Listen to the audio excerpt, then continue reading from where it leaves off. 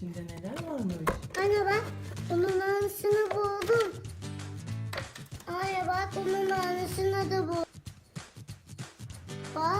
Bana ne anne? Hadi aynalarını bul bakalım. Bu robotun aynısı nerede? Bu bütün anısı nerede? Baba!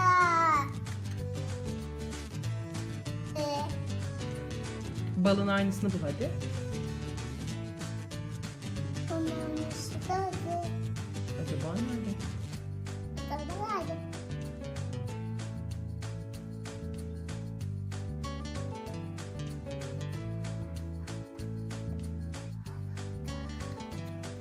Evet, hadi kutuya atabilirsin artık.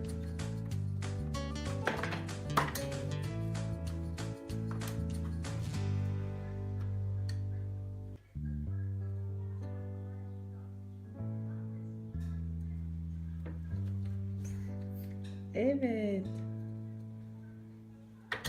Ay, gideceğim. Ay, üşüdüm anne ben. Ama ben ikimizin anlasın. Evet. Ah, düz. Sırada ay dedi.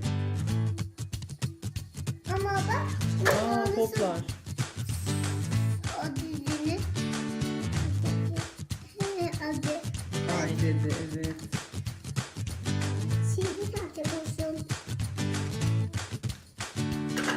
Evet. Nasıl oldu?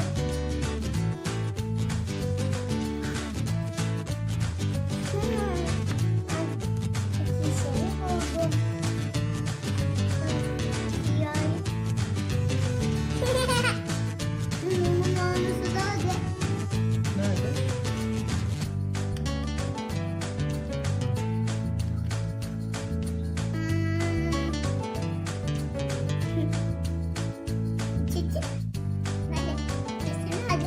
Nerede? Buldun mu aynalarını?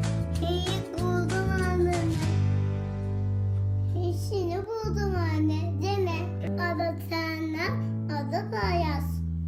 O tane moda Poyraz. Tamam adı Tana Payas.